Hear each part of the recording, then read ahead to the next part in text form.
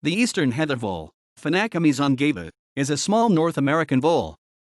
Until recently, this species was considered to belong to the same species as the western heather vole, Phenacomys intermedius. It is also called the Ungava vole. Though some studies have indicated that Phenacomys ungava is rare or uncommon, other researchers have found that the animal can be common locally, and others have suggested that the population may undergo cyclic abundance. Eastern heather voles are relatively small among vole species, measuring 11 to 15 centimeters, 4.3 to 5.9 in, from nose to tail and weighing between 15 and 47 g, 0.53 and 1.66 ounces.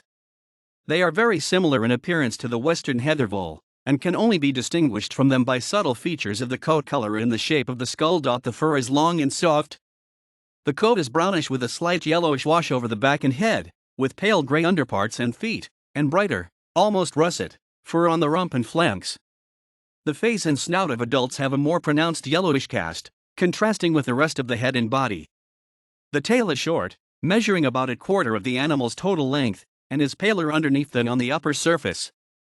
The ears are very small, and barely visible above the long fur. Males have scent glands on their flanks, which can reach up to 28 millimeters, 1.1 in, across. Females have 8 teats. Eastern heather voles are found across most of Canada, and in a few areas in the United States near the Great Lakes. 4 subspecies have been recognized, although these are not universally accepted. Phenacomys ungava, northern Labrador, most of Ontario and Quebec, eastern Manitoba, extreme northeastern Minnesota. Phenacomys ungava cressus, southern Labrador. Phenacomys ungava Mackenzie, northern Manitoba and Saskatchewan, most of Alberta, southern Nunavut, Northwest Territories, and Yukon, northeastern British Columbia. Phenacomys ungava saperi, southwestern Manitoba, southern Saskatchewan, parts of western Alberta. They are most commonly found in coniferous forests dominated by pine and spruce, usually in areas with heavy undergrowth. However, they also inhabit rocky areas, willow scrubland, peat bogs, and semi-tundra environments. They are uncommon across much of their range, but may be very numerous in specific localities. Eastern heather voles are herbivorous, feeding on plant leaves and berries, especially blueberries, in summer, and the bark, seeds, and buds of willows and shrubs in winter. They are among the few vertebrates capable of eating the bark of sheep laurel, and may play an important ecological role in recycling nutrients from this otherwise toxic source. Predators include owls, hawks, and carnivorous mammals, such as weasels and martens.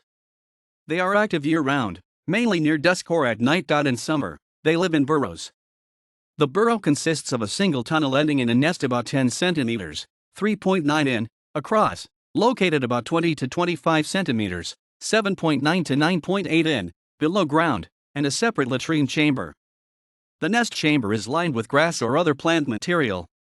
In winter, they inhabit larger nests constructed of leaves and twigs, and located above ground, where they can be protected by surrounding snow. They store food for later use year-round, placing it near the entrance to their burrows, in crevices, or under rocks. Eastern heather voles breed from June to July, and produce litters of 2 to 8 young after a gestation period of 21 days. The young are born hairless and blonde, developing fur by day 6, crawling by day 8, and opening their eyes by day 14 of life. They are weaned by day 17, but do not reach the full adult size for over 3 months. Females become sexually mature 4 to 6 weeks after birth, but males do not breed during their first summer. Normally, only a single litter is born each year, but, in at least some localities, a second litter may be born in August. They live for up to 4 years. References